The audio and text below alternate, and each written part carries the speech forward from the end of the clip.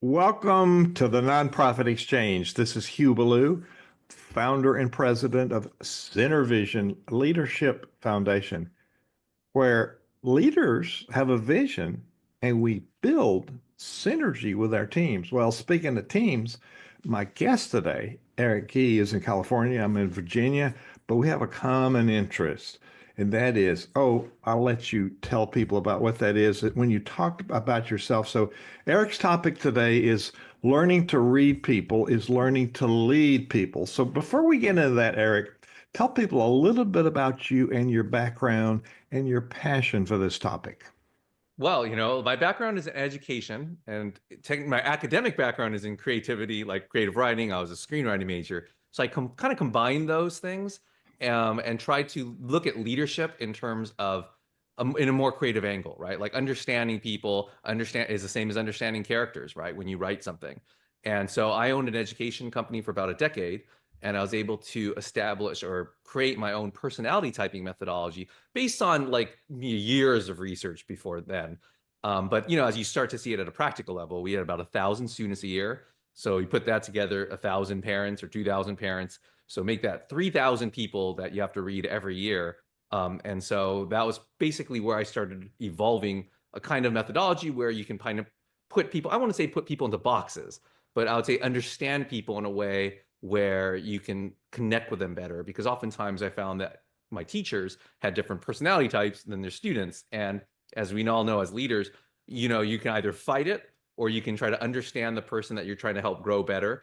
And obviously the latter is the goal. And so I did that for about 10 years and, recently published a book on my methodology and personality typing. And yeah, hopefully I can share that message with everyone to make their relationships better, not only just in a leadership perspective, but also in a personal level, like whether it's with your spouse or romantic partner, and specifically your parents and children. That's the one thing I get it quite a bit. And obviously I have lots of experience in that relationship. Wow. I bet you the things that you're going to highlight today are things that we might see but haven't noticed. And if we did notice, we don't know what we're looking at. So you mentioned the book. You happen to have it handy? You Yes, can, I do. so I for actually, people, yeah, you have it in two languages, right? I do. I have two versions of it, and one is in German and one is in English. I think this is the same in German because I don't read German or understand it at all. But I was lucky enough to get a German publisher, and yeah, and the one on the right is the one that I can actually read, The Power of Personality. You can purchase it, like they say, anywhere you buy books, Amazon and all that good stuff. If you want to order it from your local bookstore, that would be pretty awesome as well. For those that are listening to the podcast, his book, we're going to share where to find his book before we end this podcast, and it's a fascinating topic. So, if I heard you correctly, you did primary research on this topic, and you came up with your own personality types. Say some more about that. I'm sure you explained it in the book, but give us some highlights. I would say the big difference between my methodology, because obviously there's a lot of different personality typing methodologies out there. And one I studied quite a bit was Myers-Briggs or MBTI, which is going to sound somewhat familiar as I go over a little bit, or at least summarize some of mine. But I separate people into four different packs. I call them personality packs. And each pack values something, has a different core value. And I know we can all say, oh, I value this as well. That's true, but we prioritize our values as human beings, and we do not all value the same things. And I think that is the one thing that I found that we assume about people is that the other person sitting across from us has the same core value, right? And that can cause a lot of problems, right? Everyone says like, oh, like family's the most important, right? You know how it is. And I'm like, well, I don't know. Like family wasn't the most important for Einstein. No one's ever heard about Einstein's daughter because he did have one.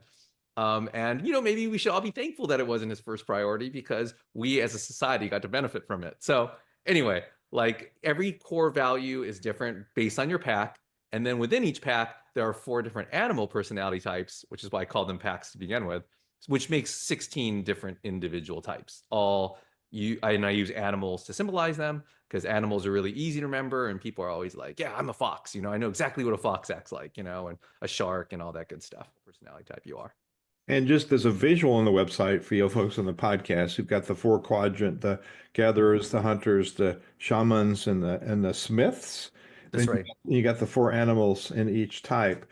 So I'm just curious about this. After 78 years of studying all kinds of stuff, this is interesting.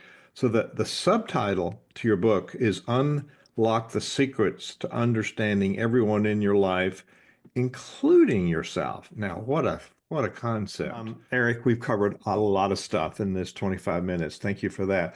What do you want to leave people with today? A parting thought or challenge or tip?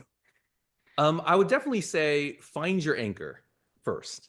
And when it comes to personality, find who you are, because I always say everyone can do everything, but you're going to have something that you probably like doing a lot more and being like a lot more. And once you find that, then you can experiment and explore other different styles, because at the end of the day, we do want to practice and work on our flaws, but you don't want to try to be something you're not before you truly know who you are. Eric, thank you so much for being our guest today on the Nonprofit Exchange. It's just, I'm encouraged to be more of me. And what a great fresh perspective on all of the values that we each bring to the world and embracing those. So thank you for being my guest today on the Nonprofit Exchange. Thank you so much for having me, Hugh.